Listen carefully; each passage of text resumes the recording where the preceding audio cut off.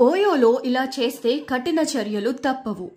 వివరాల్లోకి వెళితే, ఇటీవల కాలంలో శంషాబాద్లోని ఓయో హోటల్ నిర్వాహకుడు గదిలో సీక్రెట్ కెమెరా పెట్టి అక్కడ వచ్చిన వారి ఏకాంత సమయాన్ని వీడియో తీసి వారిని బెదిరించడం చేశాడు. ఇక ఇది వెలుగులోకి వచ్చిన తర్వాత హైదరాబాద్ పోలీసులు కొన్ని కొత్త రూల్స్ని అయితే తీసుకొచ్చారు.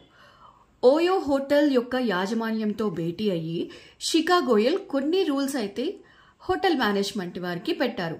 ఓయో నిర్వాహకులు అమ్మాయిల సేఫ్టీ విషయంలో ఏమైనా తప్పులు చేస్తే ఇకపై వారికి కఠిన శిక్షలు ఉంటాయి.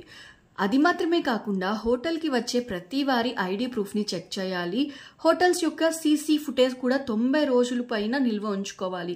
ఎప్పటికప్పుడు సీసీ కెమెరాలు సరిగా పనిచేస్తున్నాయో లేదో కూడా తెలుసుకోవాలి అంటూ రూల్స్ని అయితే పెట్టేశారు.